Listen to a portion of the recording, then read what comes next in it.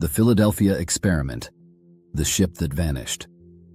In 1943, during the height of World War II, the U.S. Navy was rumored to be testing something beyond imagination, an experiment meant to make ships invisible to enemy radar.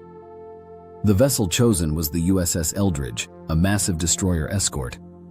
Witnesses at the Philadelphia Naval Shipyard claimed they saw strange equipment being loaded onto the ship, huge coils of wire, generators, and devices no one could identify. The project was said to be led by some of the era's greatest scientific minds, with whispers that even Albert Einstein's theories were involved. On the day of the test, the Eldridge sat in the harbor. Sailors stood ready on deck. As the machines powered up, a strange green-blue haze began to form around the ship. Electricity crackled through the air, and then, according to reports, the destroyer simply vanished.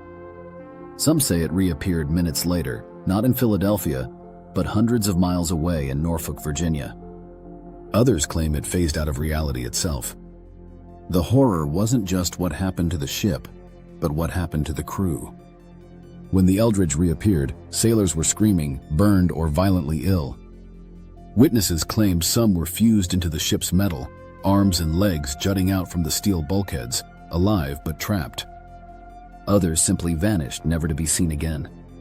One man was said to walk through a wall in a bar days later, only to disappear completely. The Navy has always denied the Philadelphia experiment ever happened. They insist it's just a legend, a misunderstanding of routine research.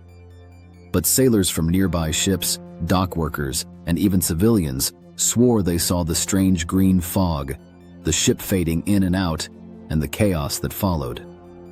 To this day, conspiracy theorists believe the government tampered with forces they didn't understand: electromagnetism, teleportation, maybe even time itself.